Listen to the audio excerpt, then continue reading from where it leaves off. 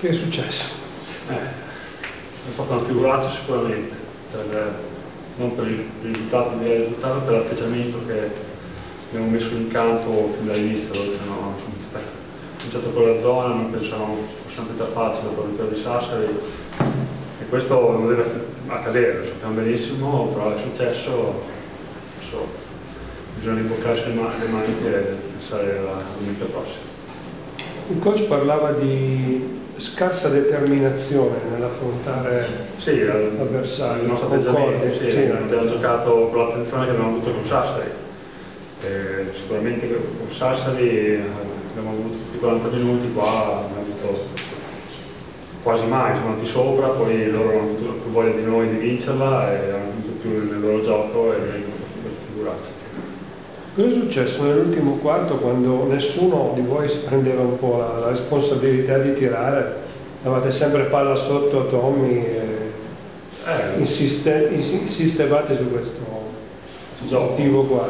Sì, magari lo vedevamo anche libero nel gioco, in quello, però sì, detto bene, nessuno prendeva responsabilità maggiori, un po' per magari scarsa confidenza, fiducia che è venuta durante la partita.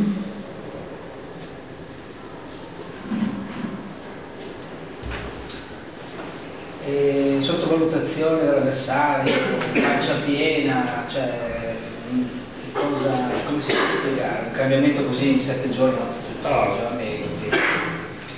Ci sta un po' tutte le cose, è un mix di queste cose, insomma.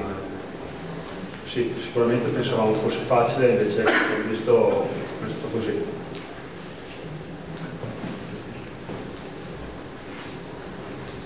Forse il fatto che non c'era Valenti vi ha ulteriormente... No, quello non ci abbiamo pensato più di tanto, anche perché abbiamo lavorato in settimana, sapendo che c'era, poi abbiamo saputo all'ultimo, non ci viene neanche pensato.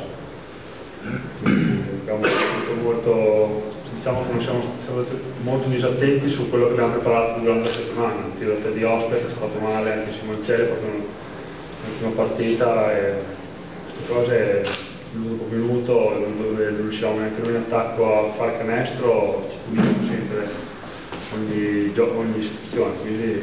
Anche Rullo quando è entrato ha fatto un po' di sconfitte. Sì, abbiamo sicuramente sottovalutato un po' la situazione.